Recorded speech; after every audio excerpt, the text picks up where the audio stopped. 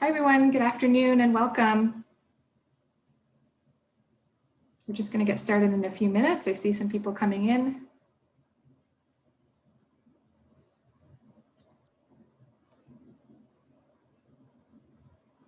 All right, so good afternoon, everyone. My name is Jocelyn Badali, and I'm the research lead at the Alzheimer Society of Canada.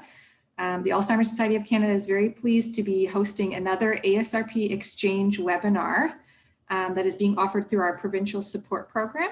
And so this series of webinars that we are offering has been developed to help us establish and feature our ASRP, our Alzheimer Society Research Program recipients who have completed their funding and who will speak to the outcomes of their supported project through the ASRP. And they will also address how their results have and will continue to impact people with lived experience. So with me today, I have Caitlin Jaggers, the research assistant at the Alzheimer Society of Canada, and she will join us in moderating our session today. And we're also very happy to have Daisy with us from the Alzheimer Society of British Columbia. And she will be helping us to facilitate the question and answer period at the end of Dr. Cooke's presentation today. So for now, I'm just going to pass it over to Caitlin, and she will go over a couple of our housekeeping tips. Thank you, Jocelyn. Hello, everyone. My name is Caitlin, as mentioned, Caitlin Jaggers. I am the Research Program Assistant at the Alzheimer Society of Canada within the Research Knowledge Translation and Exchange team. I will start off today's webinar by going through the agenda presented here, and then I will pass it over to our presenter, Dr. Heather Cooke. Before we begin, please note this webinar is estimated to be under 1 hour in length and is being recorded, but that only the video and audio of the presenters is captured during the recording. The presentation recording, in addition to the PowerPoint slides in PDF form, will be made available on Connection following today's webinar for our Alzheimer Society colleagues. Today's webinar is presented by Dr. Heather Cooke and is being offered as one of the ASRP Exchange webinars within our new provincial support program, Meet the Researchers series. We are so pleased to have Dr. Cooke here with us today to present her project, No Time for Nice, Exploring the Nature and Influence of Workplace Incivility and Bullying in Long-Term Residential Care. This project was funded by the Alzheimer Society Research Program starting in September of 2017, with project completion ending in September of 2019. Dr. Cooke is a postdoctoral research fellow with the University of British Columbia. Heather holds over 25 years of experience in the field of dementia care in both a frontline and a research capacity. Prior to obtaining the Quality of Life Postdoctoral Award from the ASRP in 2017 to fund her postdoctoral research on workplace incivility and bullying in long-term care, Heather also received a doctoral award from the ASRP in 2011. Her doctoral award supported her research looking at the impact of care facility environments on providing person-centered care to people living with dementia. With the assistance of our co-host Daisy, we'll be moderating a short question and answer period following today's presentation so that our audience can ask Heather questions about her presentation and future research projects. Please use the Zoom chat box feature if you have any comments you would like to make or questions you would like to pose during the presentation. Please note we will hold off on asking our presenter to respond until she has completed her presentation. That's my cat. She's decided to say hello. My apologies. But without further ado, please join me in welcoming Dr. Cooke. Wonderful. Thank you, Jocelyn, for that, or Caitlin, for that introduction. I'm just going to share my screen here so we can get us started.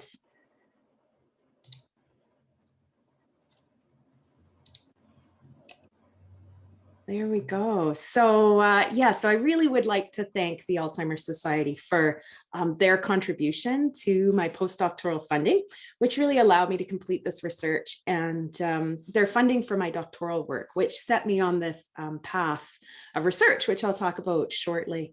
I'd also like to acknowledge the salary funding that I received from the Michael Smith Foundation for Health Research here in British Columbia, and as well funds from the WorkSafe BC Research Program, which allowed us to hire a research assistant for the project.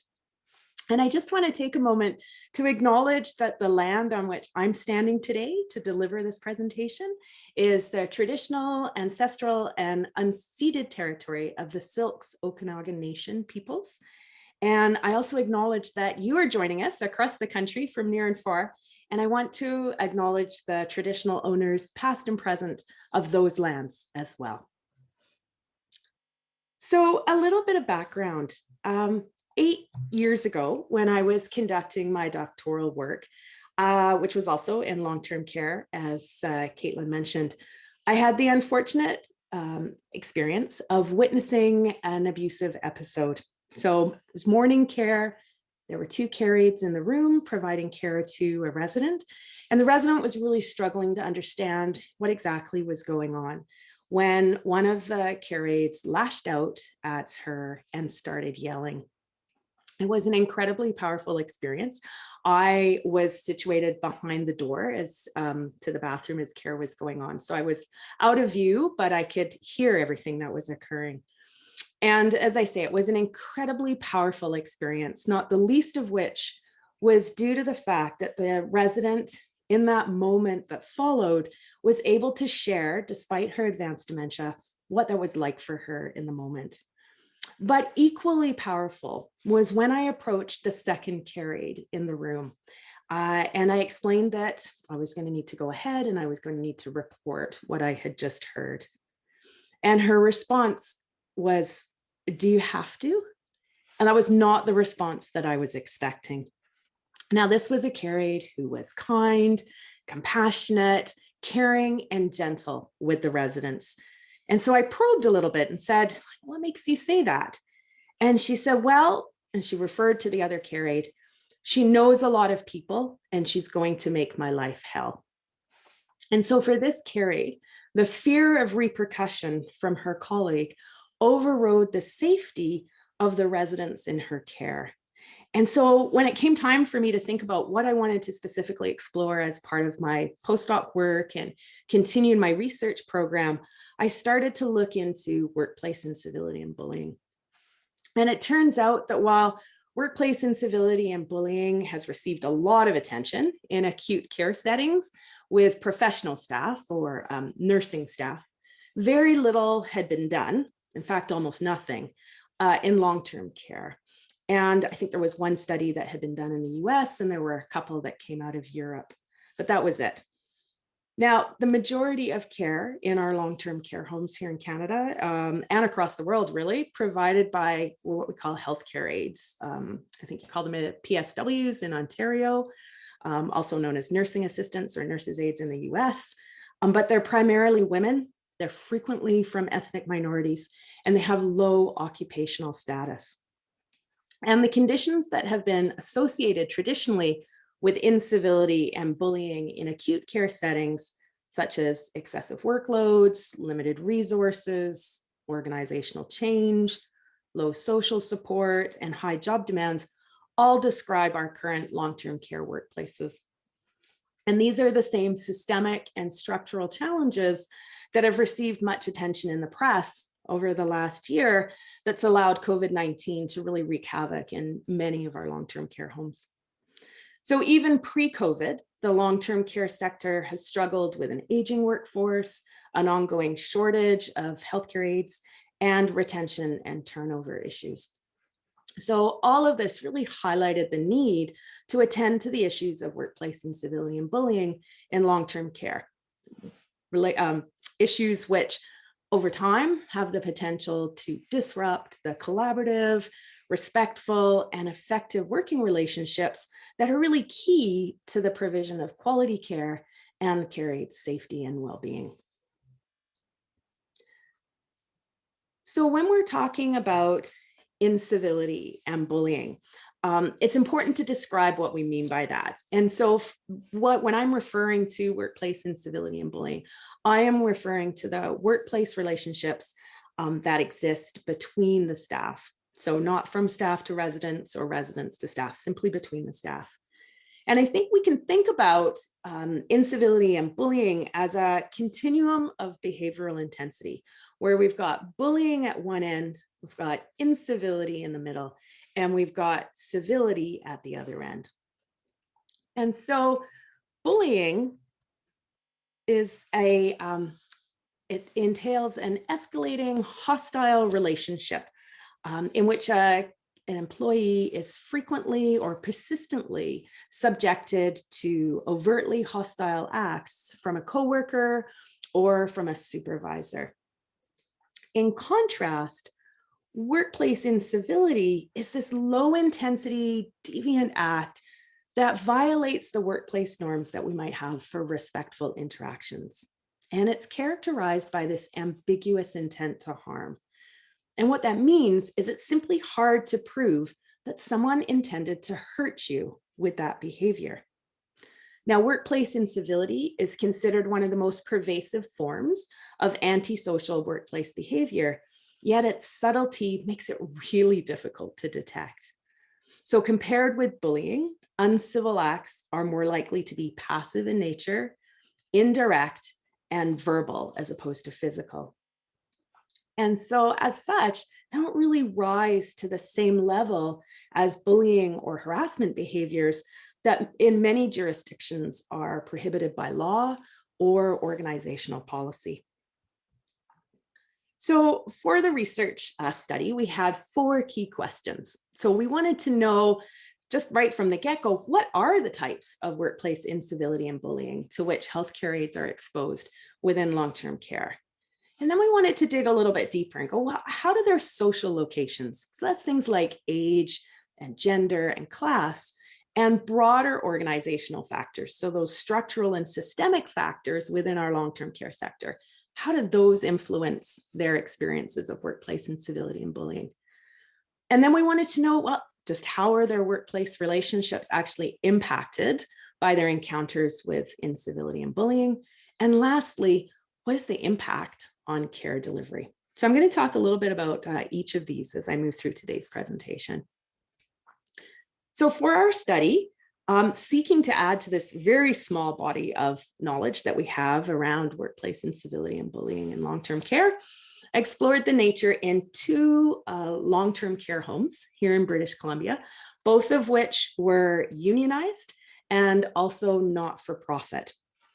One was in a more urban area, one was in a more rural area, and within the homes, we focused on 3 units, each of which housed about 25 to 30 residents. During the day would have been staffed with 3 care aides overseen by 1 licensed practical nurse or an LPN. And in the evenings, that would drop down to 2 care aides and 1 LPN. And so it made for a total of 46 participants, including the healthcare assistants, the LPNs, the admin staff, and support staff. And by support staff, that's folks like housekeepers, because I tell you, if you want to know what's going on in a long-term care home, you have a conversation with the housekeeper. They tend to be the eyes and the ears. So the staff had been at their sites for a relatively stable period of time, for about 5 years, and had worked in the field as a healthcare aide for an average of 10 years. They were approximately on average 44 years of age. They were all female, mostly Caucasian and Canadian born. Now, that ethnicity doesn't actually reflect the provincial level data that we have here in British Columbia and probably across the country, but it does reflect the demographic of the areas in which the homes were located. And then in terms of how we collected the data, we did 33 in-depth interviews and conducted 100 hours of participant observation. So that was me hanging out on the units, chatting with staff, following them, shadowing them as they did their work during the day. And we mixed that up over a variety of days, evenings, and weekends. So our study findings really highlighted how, in contrast to those more egregious acts, those overt acts of bullying, that the care aides primarily encountered peer incivility. So the subtle, insidious, passive-aggressive behaviors with this ambiguous intent to harm. And for the care aides, such peer incivility was pervasive, and it occurred on an almost daily basis. So one care aide said to us, "In healthcare, I've experienced passive aggressive behaviors in a way I never have in any other job, And I've had a pretty full spectrum of jobs. It's almost daily from someone somewhere. One of the LPNs we spoke with said, I've seen it happen everywhere at any of the homes. It's almost like it happens so frequently that I just brush it off. But these references to brushing it off or letting things slide suggest how over time, the ubiquitous nature of incivility really becomes part of this workplace culture. It just becomes entrenched. Now, common examples of the workplace incivility included people gossiping or talking about others behind their back, forming cliques that included some but not others, ignoring people, particularly new staff or casuals at report. It entailed not responding to requests for help, not saying hello at the start of a shift. There were sabotage behaviors, and by that I simply mean that care aides didn't necessarily pass along the key information that would have been needed by another care aide to perform a certain care task. Blame and criticism. And then sometimes the behaviors didn't actually remain in the workplace, but rather spilled out into the care aides' personal lives. So for example, home is typically a safe place where work doesn't intrude, but our 24/7 access to smartphones and social media platforms like Facebook means that incivility can follow us home. And so cyber incivility is a term that we would use to refer to the posts that occur on social media, like, guess who didn't show up for work again today, where no one is named, but all of the individual's colleagues know exactly who's being talked about. So here is a quote from Emily, one of their care aides, who shared an experience she had had in a previous work environment where a colleague, a man, came in and plunked a plate of birdseed on the table in the staff room in front of the women and said, here you go, help yourself because you're just a bunch of hens. And so this hen-like behavior, gossiping or nitpicking, were seen by participants as inherently feminine traits that were just part and parcel of working in an environment that was dominated by women. But this suggests that such behavior may also be a reaction to the setting in which women find themselves. In a workplace where formal status, power, and recognition are difficult to achieve for the care aides, women compete for power and status in other ways through the use of petty squabbles, blame, and criticism. Now, of course, the challenge with this discourse and attributing traits to simply women being women is that it sanctions the incivility and it allows this bad behavior to continue unabated. Now, the gendered nature of long-term care contextualizes the references made by just about all of the participants as to how their workplace relationships made them feel like they were still in high school. The gossiping, the rumors, the cliques, the social exclusion, and the tit for tat behavior that occurred when someone did something that pissed them off. So if something was amiss with a resident, for example, they were missing their dentures or they were unshaven, or soiled towels were left behind in a room, staff were very quick to blame it on another care aide. Now, while these behaviors likely reflect this culture of blame and criticism that's really prevalent in many of our care homes, they also left staff questioning the sincerity of their colleagues' motives, potentially undermining the development of trust that's so important in our workplace relationships. Staff at both our study sites were consistent in their use of the term cliques. And this was where the healthcare aides gravitated towards those with whom they were friendly outside of work, which meant that at times others were excluded from the laughter and the inside jokes.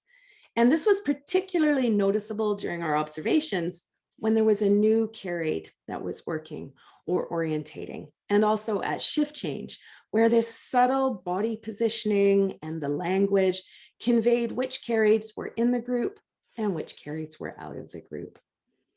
And social exclusion was also used by the care aides as a means of punishment.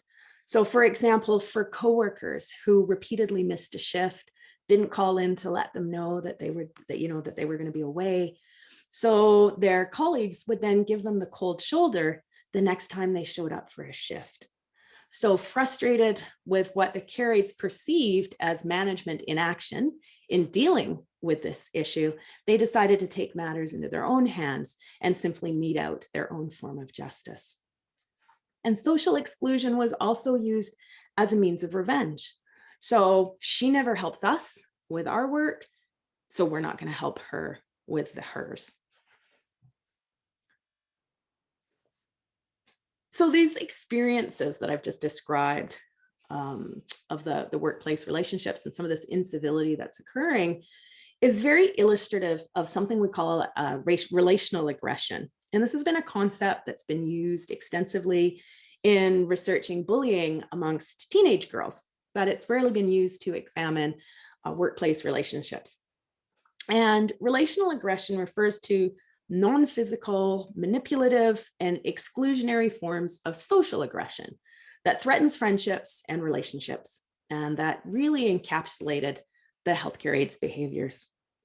And so it's really of little surprise then that the healthcare aides referred to their workplaces as just like high school, a setting in which these types of behaviors really predominate. And research suggests that women are socialized to express frustration and emotion in non-threatening ways. And so they tend to resort to these more manipulative means of resolving conflict and establishing dominance. And so they're much more likely to use relational aggression as a weapon of choice.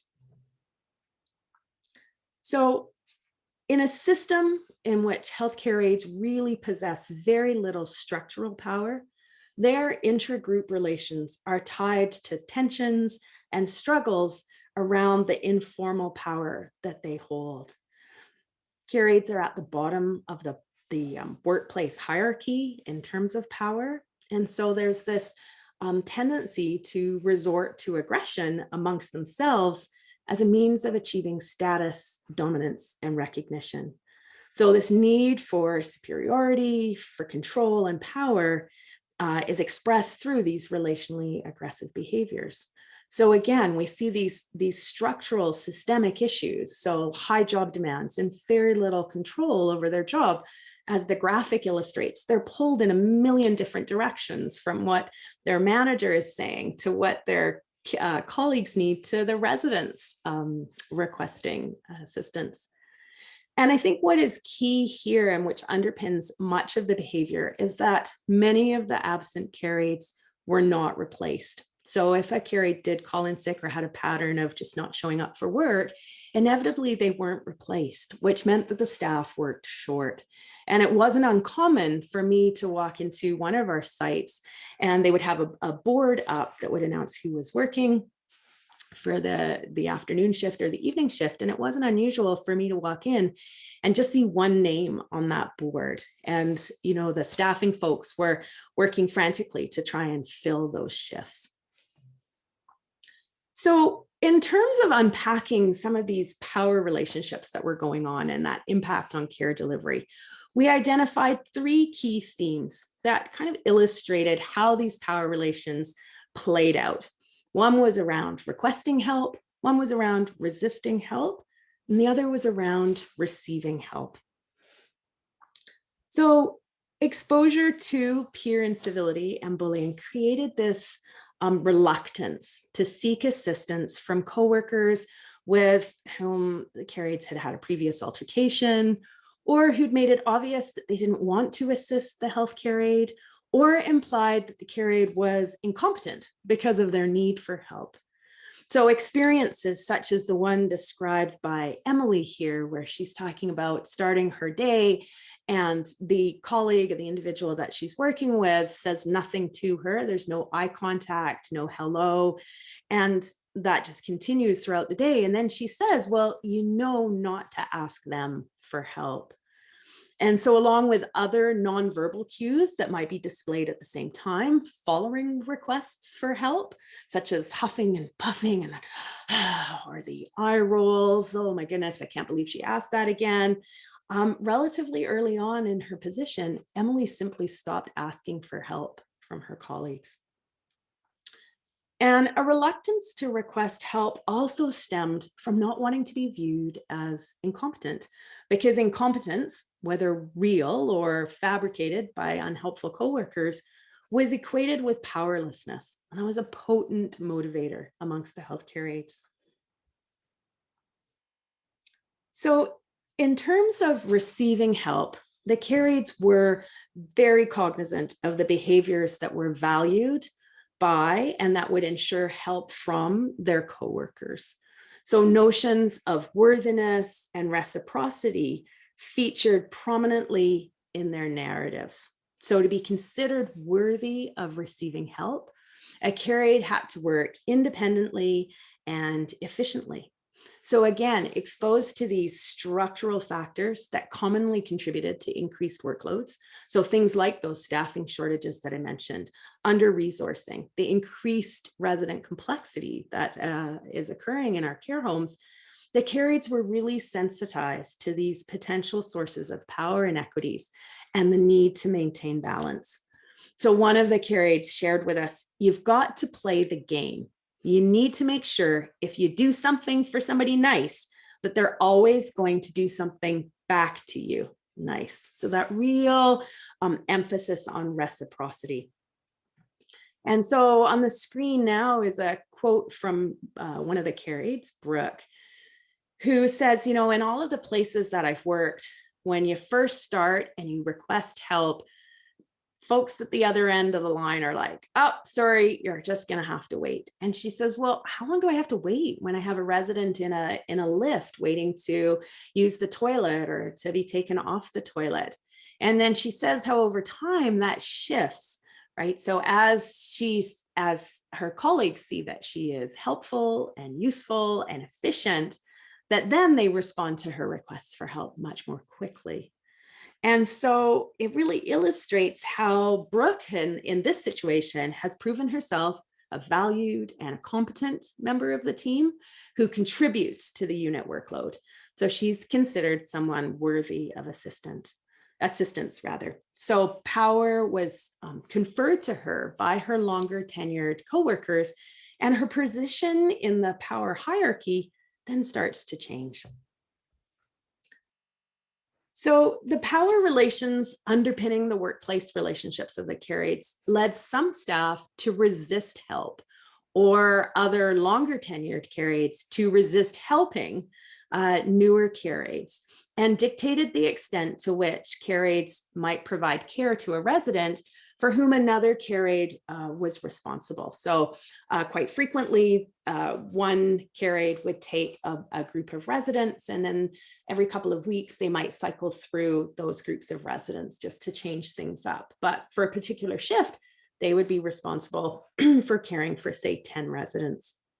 Now, during repeated observations on one of these wings, where many residents were designated as two-person transfers or lifts, we observed very different patterns of helping behaviors.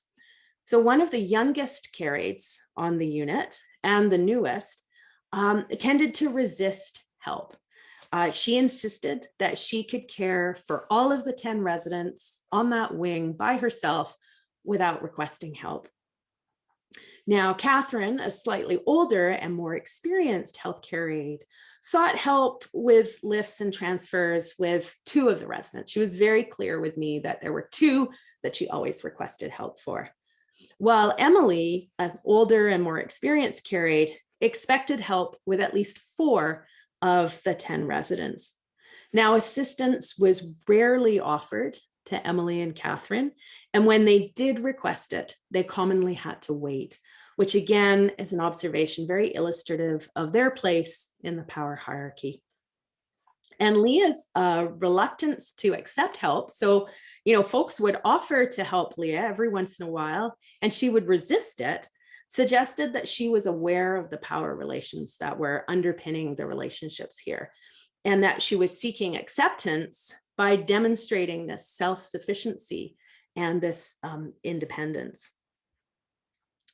Now, feeling bitter at having to answer calls while a coworker was on break, or because they perceived their colleague as not pulling their weight and thus unworthy of assistance.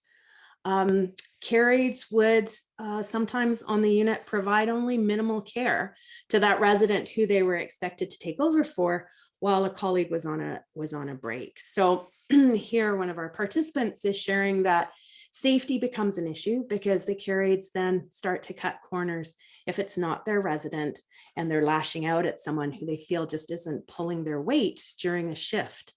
If they perceive that individual as not doing their job that day, then they'll turn the call bell off rather than doing the care that might be expected of them.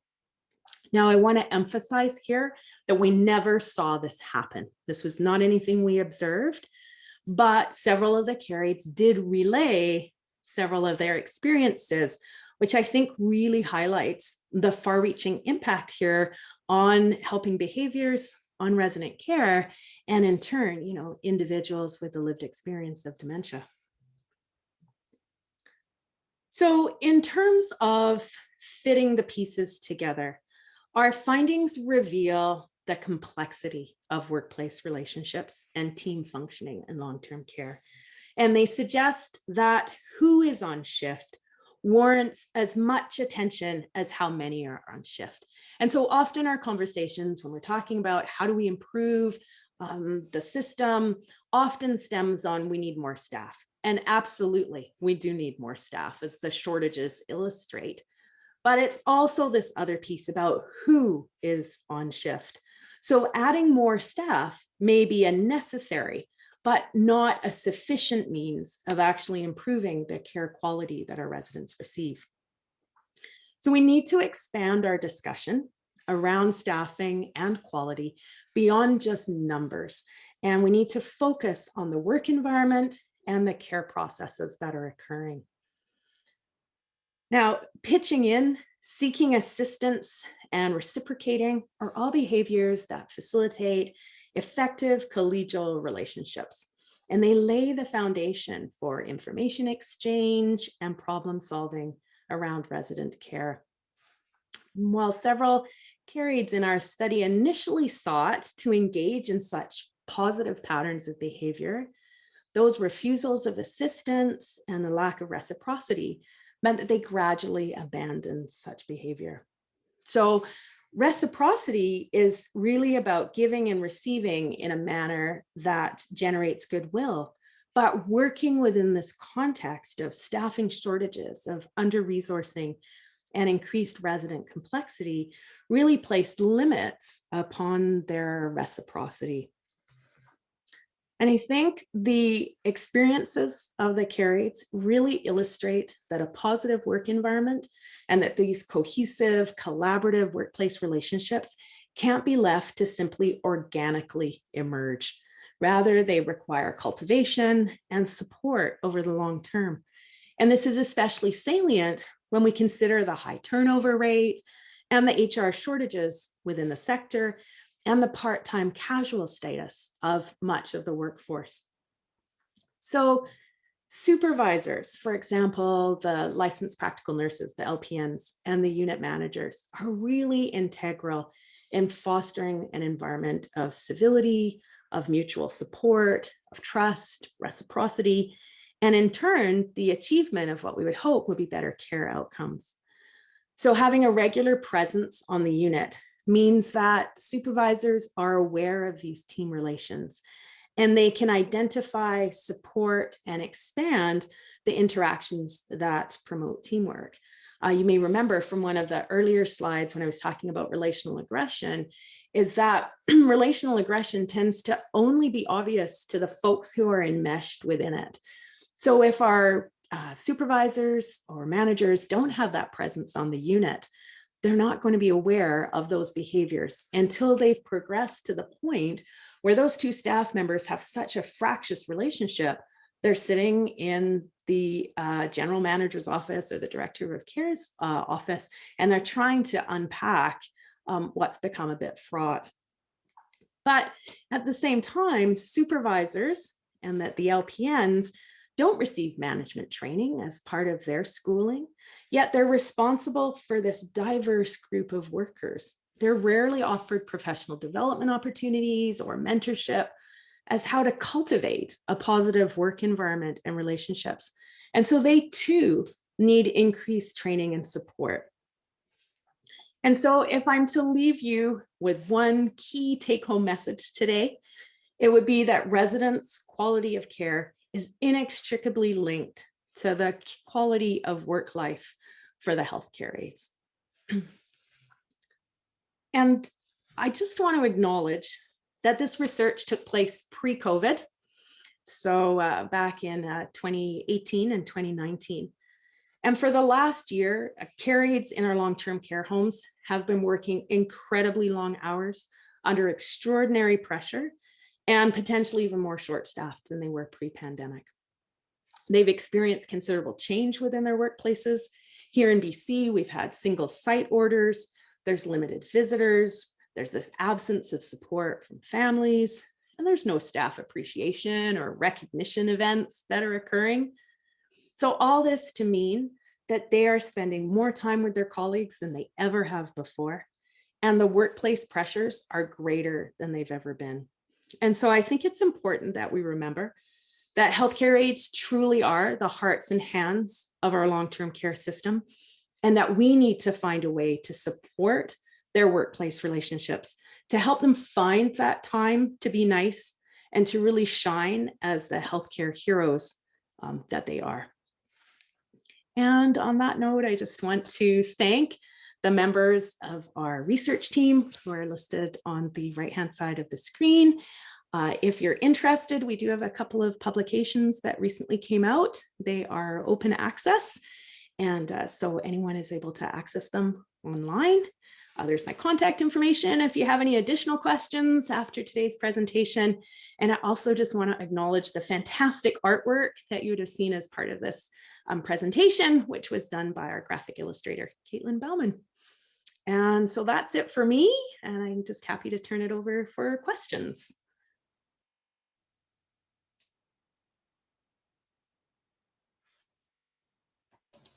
Thank you so much, Heather. That was great.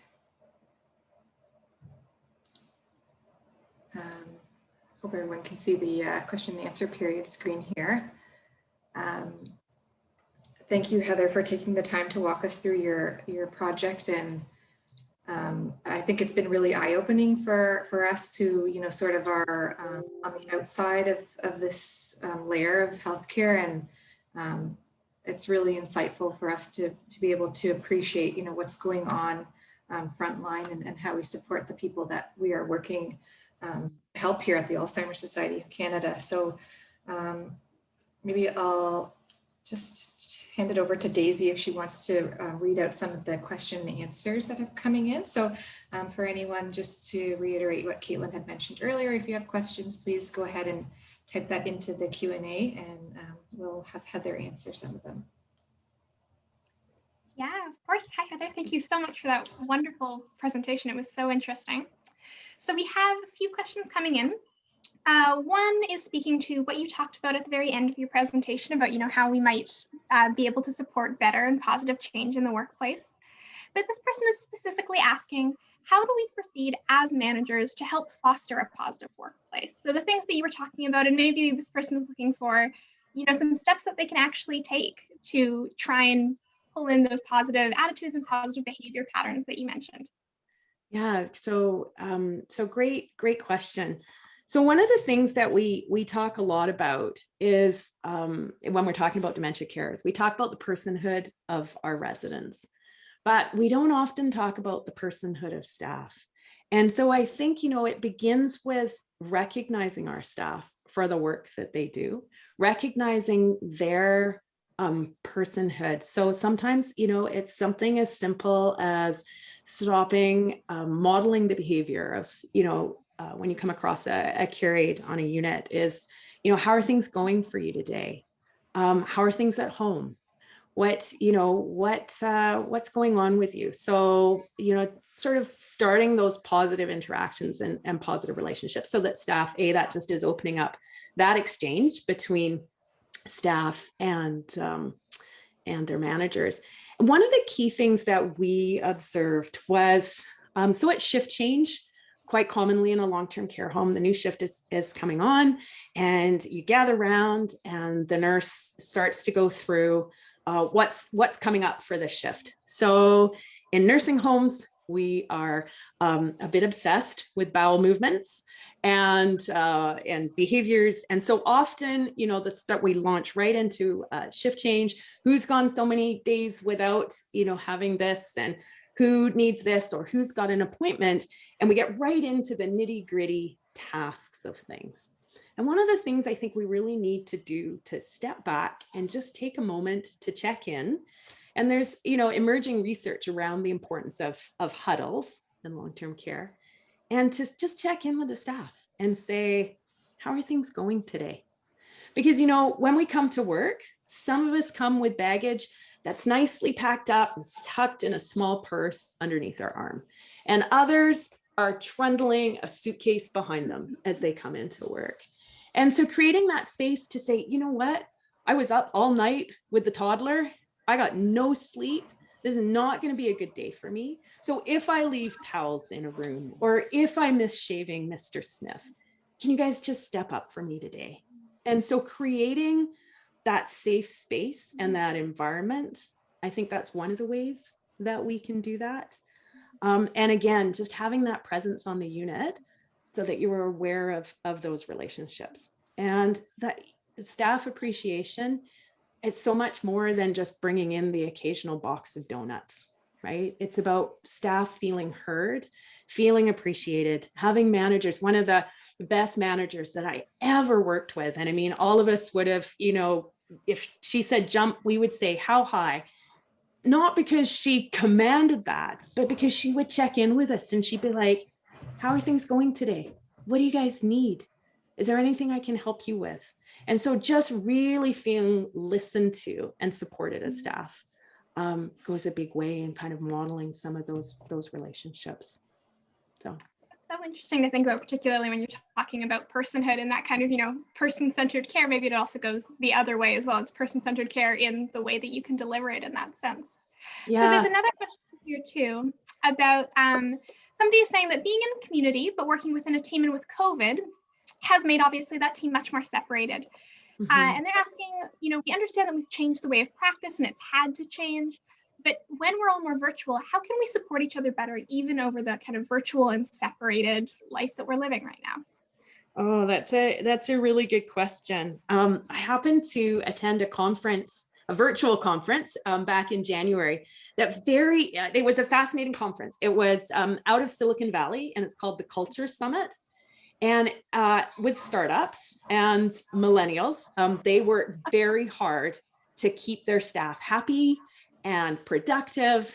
And it was fascinating to come to that conference and wearing my lens of long-term care and thinking, what are the ways we can support each other? And so, they talked at length about the opportunities for staff to connect virtually. Again, so coming back to that, you're in a huddle on a unit checking in, but how do you create those opportunities virtually to, just connect? How are things going? Giving people that space to come together and debrief, to, maybe have a, virtual icebreaker game or something fun. It sounds kind of cheesy, but I use it in my classes every week and the students love it. So, but just that chance for us to come together and connect, and giving staff that opportunity perhaps to connect virtually. It is challenging in a virtual world. And I know we all have our eye on those vaccines and how quickly we can return to a post-pandemic world, but certainly just trying to think outside the box a little. How can we create these spaces for staff to connect? For sure. That sounds really wonderful, both to be able to actually talk about that and also feel like you're being heard about the good things and the bad things in your life. Yeah. So this person has a question asking if you found that incivility and bullying ever begins at the top and then goes down the rungs of the ladder. And they mentioned that, perhaps you said, if it's not nipped in the bud, if admins or managers or leaders aren't unaware of it, or if they don't care, it can, become a systemic culture. But I think they're also curious about whether that ever comes top down instead of bottom up, as we've been talking about today.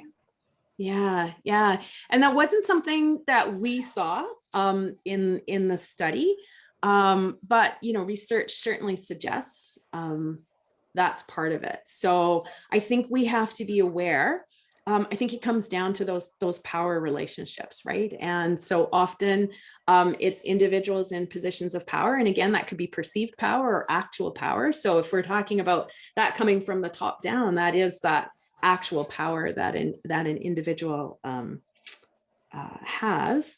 I think the challenge when it comes from the top is who do you go to about the challenges with that, right? If you're struggling with your coworkers, you can reach out to your team lead, or you can have those conversations, but it becomes much harder when it's the person at the top and that trickles down. So, you know, that's a trickier one. I don't know if I'm answering the question there, but I mean, it can occur. It does occur from top down. We just didn't see it. But I think, again, it's how these behaviors that over time, if we don't address them. So I think probably the key message would be we need to address them. There's a wonderful book called Courageous Conversations.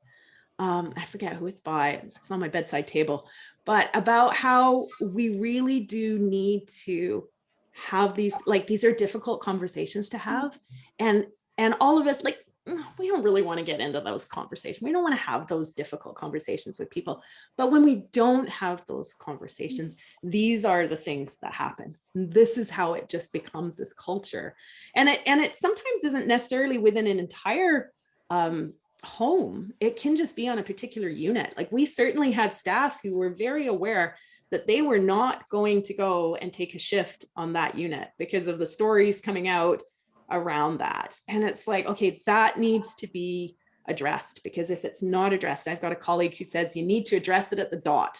And if you don't, it just becomes, it just snowballs. So. Yeah, I think that's so important to always remember. And I think you, of course, hinted at that, of course, more than hinted in your presentation. And this question asker is hinting it with that idea of the systemic culture that just gets baked into it and is so hard to get out. Yeah. And I think, you know, it's important to remember, like, because I feel like curates have taken a lot of blame and a lot of criticism over the last year. And I think we need to remember the system in which they work, right? They're individuals working in a system that's broken, right? That needs resources thrown its way if we're ever going to get out of this. And so behaviors occur at an individual level, but it's these systemic structural factors that allow those behaviors to continue to perpetuate. Yeah, I think that's so important to remember. And we have a question similar to that too. And this might be a little bit further away from your research, but I'm wondering if you might be able to speak about it. Somebody is asking, when you talk about incivility and bullying, or incivility versus bullying, it seems similar to the idea of microaggressions versus overt racism. And you mentioned a lot, at the beginning, that particularly in BC, long-term care and healthcare aides are a highly racialized workforce. And while you mentioned that this wasn't in your research, I'm wondering if that's an apt comparison, or if you've drawn any scholarly resources from that, or if you can compare that. Yeah, I think that is a great question and an important point. So, as researchers, we're always thinking about, what comes next. And the sign of a good study is when you're left with more questions than answers. And, that's certainly one of the things that would be next for us, is to, look at specifically sites where there are more racialized workers, because that does introduce a whole other layer in terms of those workplace relationships between each other, right? So I can think of one of the homes I was in, or I've been in, where in the staff room, it said, please speak English when you are in the staff room. That is the language we use at the site or something. And I think, we really need to unpack some of our practices around that. And, I think probably they were trying to get at that in terms of exclusion and to make it feel that individuals weren't excluded. But are there other ways we can come at those behaviors, right? In terms of how we think about that. So yeah, definitely a connection there for sure. Yeah, it's an added complexity that makes it more challenging. That sounds like there maybe is some great research going forward there. And then we have a few questions kind of asking similar ideas about positive ideas or ways to create positive and supportive cultures. And I'm wondering if maybe you could speak to that in regards to, we've heard a lot about kind of building back after COVID. And if you think maybe that's an opportunity to actually try and, put in some of those positive changes that you were talking about there. There's been lots of claims that there'll be more healthcare aides hired and there will be, money, more resources going there. And I'm wondering if you see an opportunity there or if you're maybe a bit suspicious of that. I think it's I never thought I would see such a spotlight, right, on my area of research or, the area I've spent so much time in for much of my career. So I think there's opportunity here. Absolutely. But my fear is, well, if we're going to recruit individuals to the field, we need to pay them more. We need to recognize the value and the skill, right? This is so often seen as an unskilled job, but having worked in an adult day program and had to get a 6'3", 200 and something pound fellow into the tub, that takes skill, right? So that they have a positive experience and that the worker isn't injured. So there's skill required. But we have to convey that it is a career worthy of people, worthy of coming into and working, because, we haven't painted a really positive picture at this point. And I think there needs to be this opportunity to have these conversations about how we facilitate the positive relationships. So it's also about spending money in terms of fostering these team relationships. So when I think back to this culture summit that I attended and the effort that private business puts into ensuring that they have fully functioning teams, like I think of the work Google does in terms of what makes for a great team. And it's not necessarily individuals, it's how that team functions as a whole. And so we really need to spend some time thinking about how do we build into our training, into our healthcare aid training and our LPN training about the importance of relationship. We live in relationship, we work in relationship, and it's more than just focusing on ensuring that they can perform the tasks, right? About how do we come together? How do we work as a team? And taking time, as I said, to offer these opportunities to have team building. And I think, we've got a workforce that is incredibly burnt out after a year of this. So while I'm hopeful that we might recruit people, I worry that we're going to lose some really good people as well. And that's going to be our challenge. Yeah, that's such a good reminder of, I think when we need more, when people say, we need more resources in long-term care, I think you're highlighting a really important way about where people might not think of it being a resource that actually needs to be invested in, but it absolutely is. So we have another question here asking about knowledge translation in this sense, or maybe also about the experiences of the healthcare aides you worked with. And how does this type of research information reach government, media, and or CEOs of care homes? Great question. So back in our pre-pandemic world, I had the pleasure of presenting at the Conference for Healthcare Leaders here in British Columbia. And so we've tried to work a little bit with some of those decision makers and care leaders in terms of presenting the research. The last little while, obviously in COVID, has been a bit more challenging, but as we start to come out of that, sort of setting up some of those meetings and ensuring that the message gets out. So I've done a lot of speaking at conferences, and yes, it would be great to see it. Opportunities like this are fantastic, where we've got lots of folks on the line and an opportunity to hear. That's great to hear. And then somebody's asking about a suggestion that they wonder if you think maybe would be effective. And when you say that, this person's saying, when you say that more training is needed, do you think it would be helpful to have departments being trained in other aspects or departments of the long-term care home? For example, a few times a year, having one department work in another department so everyone can have the experience of each other. Oh, I think that's such an interesting idea. And I think so often we get caught up in our silos, and we very much have an us versus them mentality, right? And it's we see that, oh, for goodness sakes, like nights, I don't know what they do, But when we come on days, you know, there's this, and this done, right? So we see this intra-shift conflict between days and nights and evenings, or, you know, dietary, if they did this way, it would make our life easier. So, you know, whether that's doing someone else's job or whether that's just, you know, trying to find, I mean, that's a fairly innovative way of trying to get folks to see that it takes all of us to come together and run a care home, right? We all have a stake in this. So Sure. yeah, interesting idea. And Jocelyn, I'm mindful of the time here, and so I'm wondering if you might be able to just answer a few of the kind of administrative questions we've got so far, which includes, will this presentation be available online? I think perhaps to the general public and also maybe to society staff. And then also somebody else asking if it is available, if they would be able to share it with their own staff. Yeah, those are some great questions. Yeah, so Heather, it sounds like people want to access this webinar again, which is wonderful. We definitely want to make sure that Heather's outcomes can get spread out to the community. So we have this presentation available for our Alzheimer Society staff to access immediately on our connection page.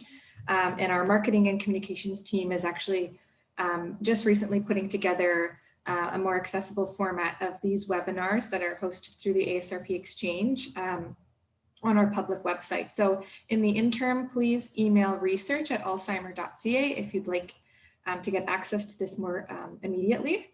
And also there was a question, I believe, about contacting Heather personally. So her information was in that previous slide. So I'm guessing that is her permission for absolutely, yeah, absolutely. To send her a note, yeah. So if anyone needs information to contact Heather, please let us know at research@alzheimer.ca, and we're happy to help connect you. I just wanted to say thank you again to Daisy for helping us facilitate this Q&A session. I mean, it's been, obviously we've got a lot of questions that have come in that we maybe haven't been able to fully answer. So please, if you have questions, you can always send that in to us, and we can pass that along to Heather or try to respond to them here at the Alzheimer Society.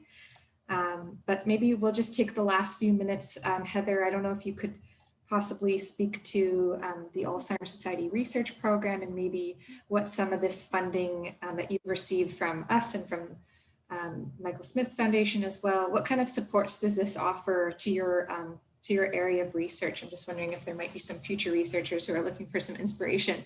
Oh, well, you know, I feel incredibly grateful that I've been able to access the funding through the Alzheimer Society and through Michael Smith. And I think it's so important, particularly if you're a researcher in long-term care, because prior to the last year, we were kind of just voices in the wilderness. You know, it's not a particularly big field. It's not a sexy topic necessarily.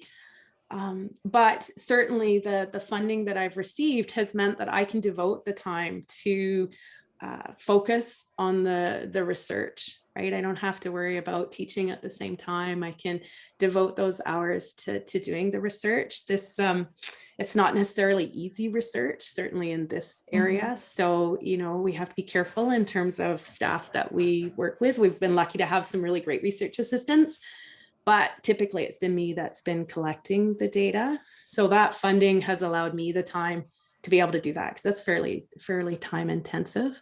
But yes, so, you know, I would say absolutely, if you're an emerging scholar, definitely apply for that funding, because it can make such a huge difference. And at the end of the day, really, you know, helps folks who are living with dementia and their caregivers, be they formal or informal. And we're so honored that we were able to support you sort of throughout your academic career until you've reached this stage now where you're sort of giving back to the students where you were once in that position. So I think it's really an honor for the Alzheimer Society Research Program to be able to support careers like yours that are truly giving back to the community. Thank you. Yeah. All right, well, we're just going to wrap up now. So I'd just like to say thank you again for all of the participants that stuck around to listen into the Q&A session. I hope you've learned something, and we're really appreciative, Daisy, for your help in facilitating this session. And just going to do a very short plug. Our next ASRP Exchange webinar with another ASRP supported researcher is next week on March 17th. at 12 p.m. Eastern, and we will be listening to a presentation by Dr. Danielle Alcock, who did research on alcohol-related dementia in Indigenous communities in Canada. So we're looking forward to that. The registration is open again, and you can look up for this information on our social media, and we'll be sending this around for our Alzheimer Society staff as well. So just once again, thank you so much, Heather. It's been a real honor to have you with us today. Oh, thank you for the opportunity, and thank you to everyone who patched in today and for the fantastic questions. I hope that that's given pause for thought for folks and some ideas for them to take back. Absolutely. Thank you again. Take care, everyone. Bye-bye. Take care. Bye-bye. Bye.